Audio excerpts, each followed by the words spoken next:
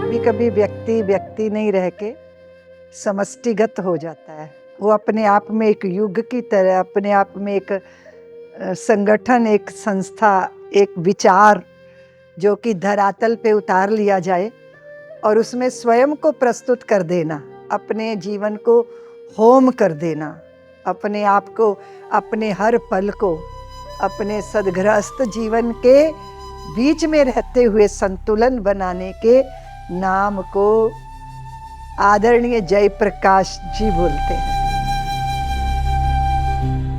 किसी भी राष्ट्र की प्राण सत्ता जो होती है वो उसका युवा होता है।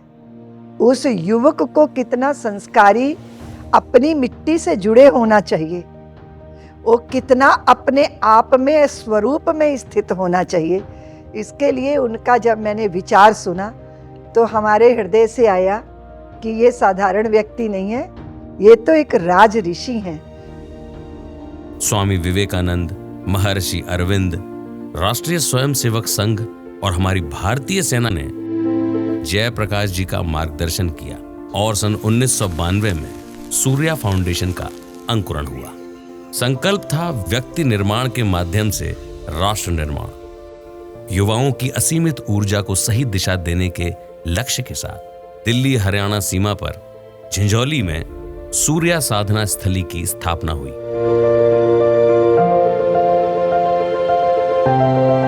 ये स्थान सूर्या फाउंडेशन की गतिविधियों का केंद्र बिंदु बना। उन्होंने यही दिखाया कि स्वामी विवेकानंद जी कहते थे कि मुझे 100 युवा मिल जाए तो मैं पूरे भारत में परिवर्तन ला सकता हूँ और पूरे भारत के साथ पूरे विश्व में परिवर्तन लाऊंगा।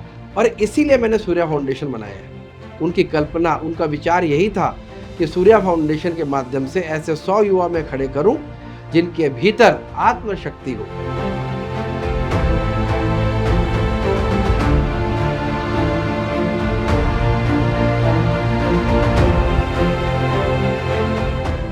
झिंझौली में प्रशिक्षण के दौरान युवाओं के बड़े वर्ग तक पहुंचने के लिए 15 दिवसीय व्यक्तित्व विकास शिविर, पर्सनैलिटी डेवलपमेंट कैंप PDC का आयोजन आरंभ हुआ। मैं आज से लगभग 29 साल पहले 12वीं करने के बाद सूर्या फाउंडेशन से जुड़ा था।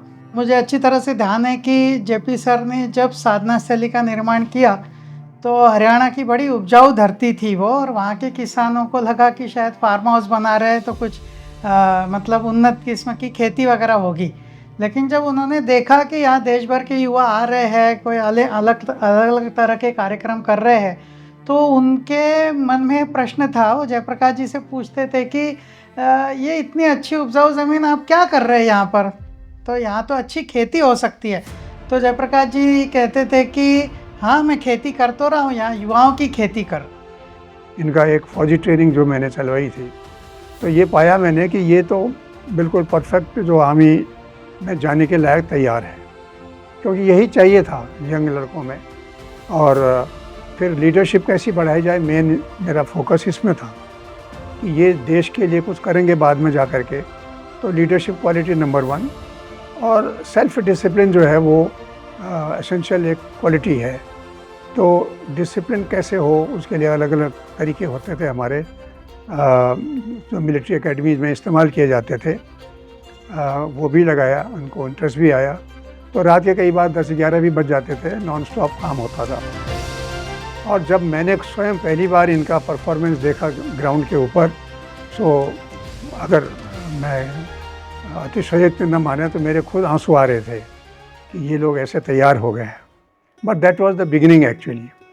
सो 99 में मुझे भी वो सौभाग्य मिला। मैं मणिपुर से चल के दिल्ली आया और मेरा बाकायदा सूर्या फाउंडेशन में इंटरव्यू हुआ, मेरा सिलेक्शन हुआ। और उसके बाद जो एक फ़ौजी की तरफ प्रशिक्षण होती है, जिसमें अनुशासन भी है, डिसिप्लिन भी है और एक अच्छा इंसान कैसे बनना, वो सब के गुण, बहुत संघर्ष भरा जो है प्रशिक्षण था। और बहुत लंबे 3-4 साल की प्रशिक्षण और पढ़ाई के बाद सूर्या फाउंडेशन के अलग अलग सेवा के कार्यों में हमको काम करने का, सीखने का, वो अनुभव प्राप्त करने का सौभाग्य मिला। सूर्या साधना स्थली झिंझोली कुछ ही समय में युवाओं के सर्वांगीण विकास का मॉडल बन गया। जयप्रकाश जी के साथ जुड़े विनीत गर्ग जी इस प्रशिक्षण के प्रमुख शिल्पकार बने। वे अखिल भारतीय विद्यार्थी परिषद से आए थे। विनीत जी ने इस प्रकल्प को राष्ट्रीय स्तर पर स्थापित कर दिया। फलस्वरूप देश भर की विभिन्न सामाजिक शैक्षणिक संस्थाओं के युवा झिंझोली के प्रशिक्षण मॉड्यूल के माध्यम से प्रशिक्षित होने लगे। हर वर्ष लगभग 7 से 8 राज्यों के अंदर ये शिविर ऑर्गेनाइज होते हैं। हमने युवा भारत के माध्यम से युवाओं को इस प्लेटफॉर्म के साथ जोड़ने का एक प्रयास किया है। हमारा लक्ष्य है कि ये बच्चे आगे आने वाले समय में अपने कैरियर को चुनें, उसको प्राप्त करें। इसके साथ ही जब भी वो भविष्य में कोई कार्य शुरू करें, उनके चिंतन में हमेशा देश रहे। 1999 में जब अटल जी की सरकार थी तो 200 सांसदों का 3 दिन का प्रशिक्षण शिविर वहाँ हुआ। भारत विकास परिषद के जयप्रकाश जी के पास लगातार जिम्मेदारियां रही और उसी क्रम में समूह गान प्रतियोगिता और इस तरह के जो कार्यक्रम भारत विकास परिषद के रहे, उसमें सक्रिय सहयोग हमेशा से सूर्या फाउंडेशन का होता रहा। दीनदयाल उपाध्याय जी का जन्मस्थली फरहा नगला चंद्रभान दीनदयाल धाम, जिस ट्रस्ट के चेयरमैन अध्यक्ष अटल बिहारी वाजपेयी रहे हैं, उनके छोड़ने के तुरंत बाद जयप्रकाश जी को ये जिम्मेदारी दी गई और जयप्रकाश जी ने कई वर्षों तक सफलतापूर्वक इस दीनदयाल धाम के प्रकल्प का संचालन सूर्या फाउंडेशन के द्वारा करवाया। देश से प्रतिभावान छात्रों को प्रशिक्षित करने के बाद सूर्या स्कॉलरशिप स्कीम के लिए चुना जाने लगा। ट्रेनर बनने के लिए उन्हें एक और एडवांस ट्रेनिंग कैंप से तराशा जाता है। सांस्कृतिक विविधता का अनुभव देने के लिए भारत यात्रा भी इस प्रशिक्षण का अहम हिस्सा होती है। लेकिन चूंकि जब मैं आया था उसके 8 वर्ष पूर्व से ही सूर्या फाउंडेशन में युवाओं का आना और उनका देश भर के कामों में जुड़ना वो चल ही रहा था। तो जब मैं पहली बार कैंप करने आया था, पर्सनैलिटी डेवलपमेंट कैंप, उस समय ही जेपी सर से मिलना हुआ और उनकी बातें, इंडस्ट्री का कोई व्यक्ति इस प्रकार के भाव देश समाज के लिए रखे और ऐसे विचार हों कि देश का युवा संगठित हो, देश का युवा जागरूक हो, देश का युवा बढ़े, अपने देश में उसकी भूमिका बढ़े, इस प्रकार का विचार जो उनका था, जिसके लिए वो युवाओं को प्रशिक्षित भी कर रहे थे, जिसमें हम लोग भी थे, वो बहुत प्रभावित किया उस विचार ने।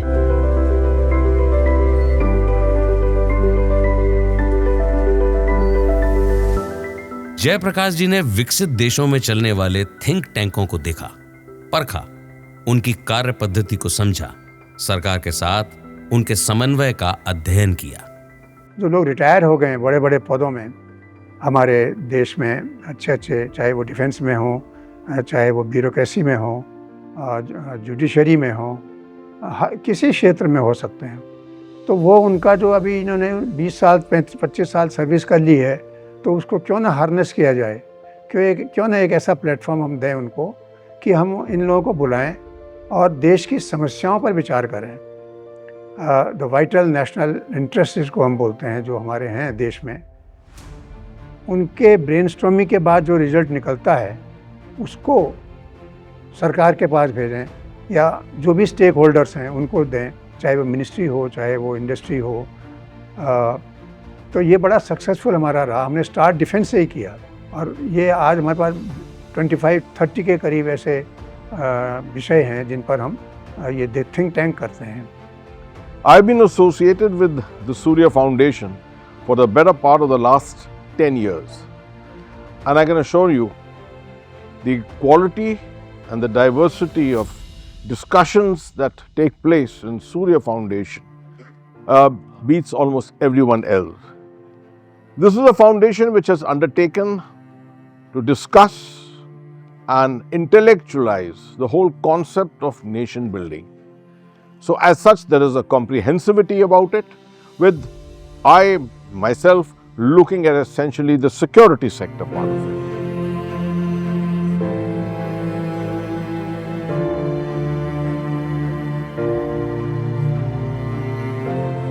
आर्थिक उदारीकरण की दौड़ में जहां शहरीकरण और शहर की तरफ पलायन बढ़ रहा था, वहीं जयप्रकाश जी के विचार के केंद्र में थे गांव, किसान, जैविक खेती, गाय, महिला स्वरोजगार, युवा प्रशिक्षण और बाल संस्कार।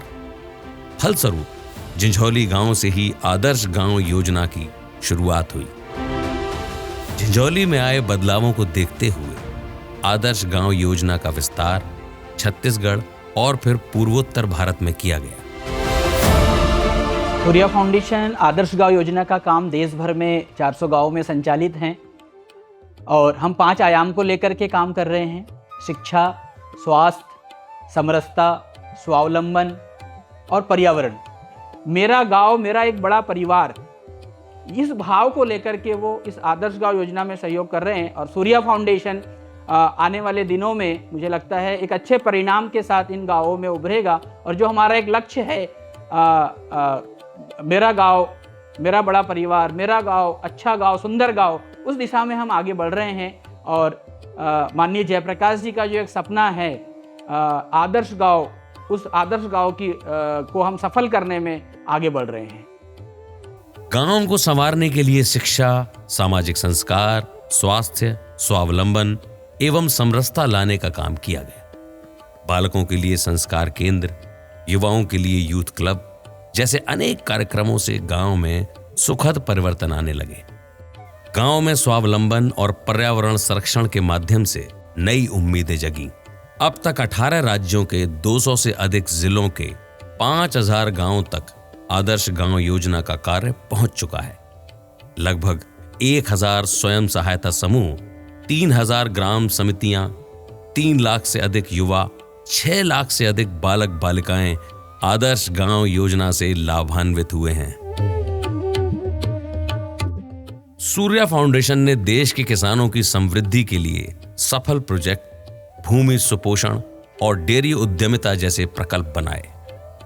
आज से लगभग 3 दशक पहले सूर्या फाउंडेशन के चेयरमैन आदरणीय जयप्रकाश जी ने हम सबको ये बताया कि एक समय ऐसा आएगा जब देसी खाद, देसी खाना और देसी गाय ये सबके प्रायोरिटी में होगा। और आज हम सब देखते हैं लोग अपने स्वास्थ्य के प्रति कितना जागरूक हैं। इसी उद्देश्य को लेकर के सूर्या फाउंडेशन ने एग्रीकल्चर और डेयरी सेक्टर में काम शुरू किया। और जहां हम खेती में, जब पशुपालन जब था तब खेती में घाटा नहीं था, लेकिन खेती से धीरे धीरे गोपालन और पशुपालन को हटा दिया। हम दोनों को इंटीग्रेटेड करके एक ऐसे ट्रेनिंग मॉड्यूल हमने तैयार किया है जहां किसान आकर के यहाँ ट्रेनिंग लेते हैं। सूर्या फाउंडेशन के प्रयासों से 100 से अधिक महिलाएं लखपति दीदी बन चुकी हैं। ग्राम विकास के कार्यक्रमों के तहत नेत्र शिविर, ब्लड डोनेशन, पशु चिकित्सा, गौरैया बचाओ जैसे अन्य सेवा कार्य भी हो रहे हैं। प्रकृति के शोषण और पर्यावरण के नुकसान के प्रति सचेत करने के लिए सूर्या फाउंडेशन ने प्रकृति संरक्षण एवं संवर्धन हेतु जागरूकता कार्यक्रम शुरू किए, जिसने आंदोलन का रूप ले लिया। फाउंडेशन ने जन भागीदारी के माध्यम से अब तक लगभग 4 करोड़ से अधिक वृक्षारोपण, 400 से अधिक तालाबों का निर्माण और 250 से अधिक वाटर हार्वेस्टिंग उपक्रमों के माध्यम से जल स्रोत बढ़ाने का काम किया है। पिछले 20 वर्षों से 6500 से अधिक स्वच्छता कार्यक्रम लगातार चलाए जा चुके हैं।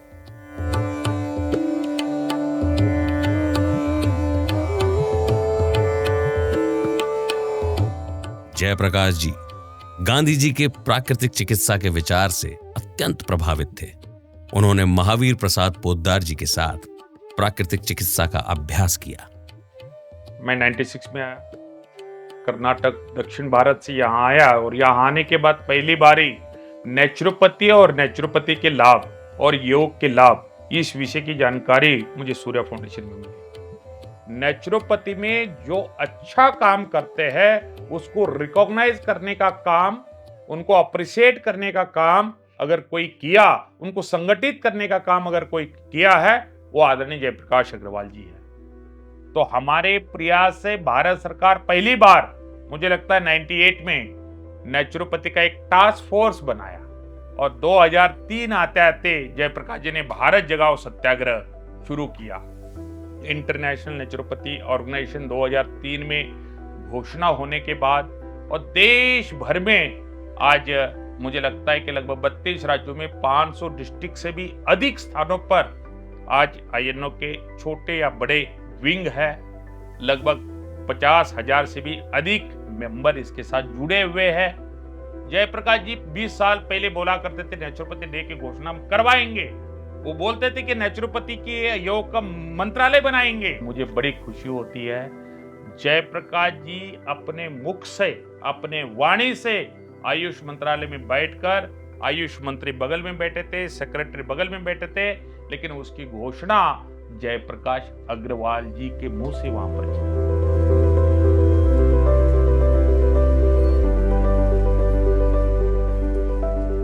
एक कक्षा एक किताब के विचार से सूर्य भारती पुस्तकों का निर्माण।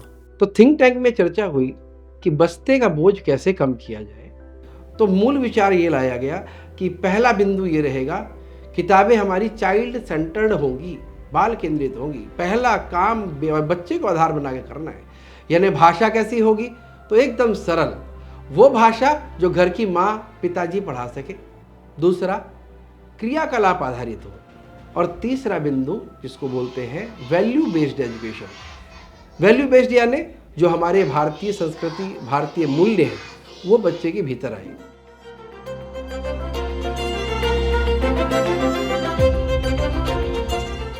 जनजातियों के प्रति जनसामान्य का नजरिया पूर्वाग्रहों से ग्रसित एवं उपेक्षा भरा रहा है। जनजातीय बालकों को भी अच्छी शिक्षा मिले, उन्हें समाज में उन्नत जीवन जीने का अवसर मिले।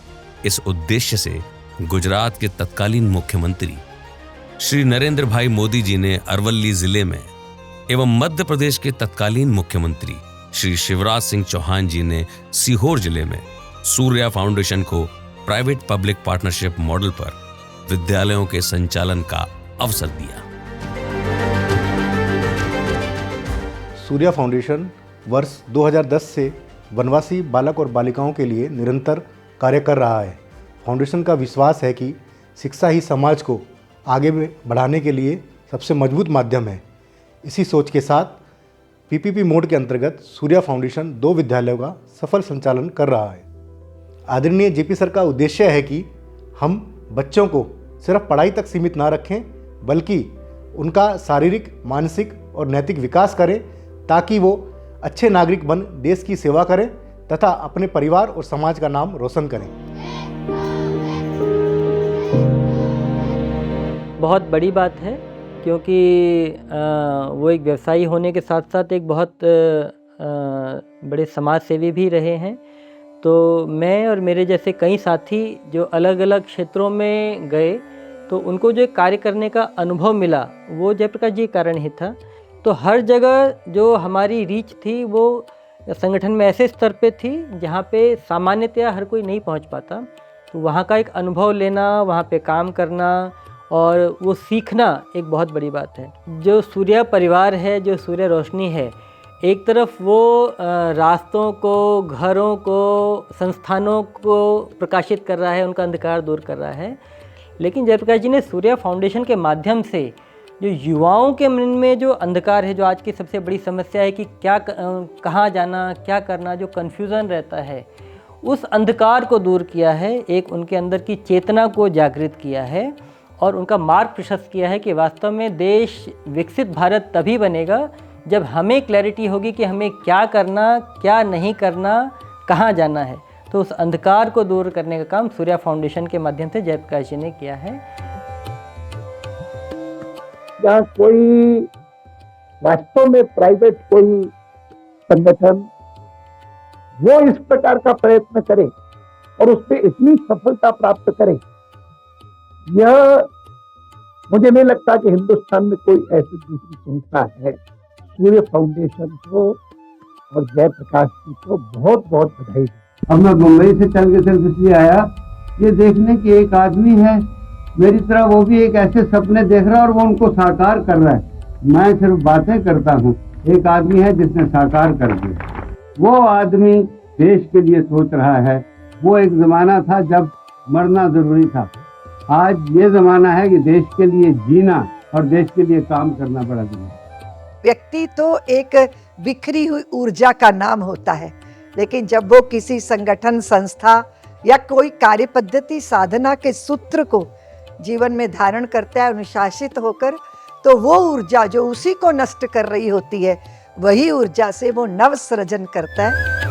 अज्ञान से ज्ञान की ओर, अंधकार से प्रकाश की ओर, मृत्यु से अमृतत्व की ओर, ये यात्रा केवल व्यक्तिगत नहीं बल्कि सामाजिक और राष्ट्रीय परिवर्तन की भी है। ये केवल बदलाव का वादा नहीं बल्कि उसे जीने की प्रक्रिया है। सूर्या फाउंडेशन ने लाखों जिंदगियों को बदला है और यह बदलाव अनगिनत पीढ़ियों तक चलता रहेगा। सूर्या फाउंडेशन की ये यात्रा अनवरत चलती रहेगी, क्योंकि जहां प्रकाश है वहीं जीवन है।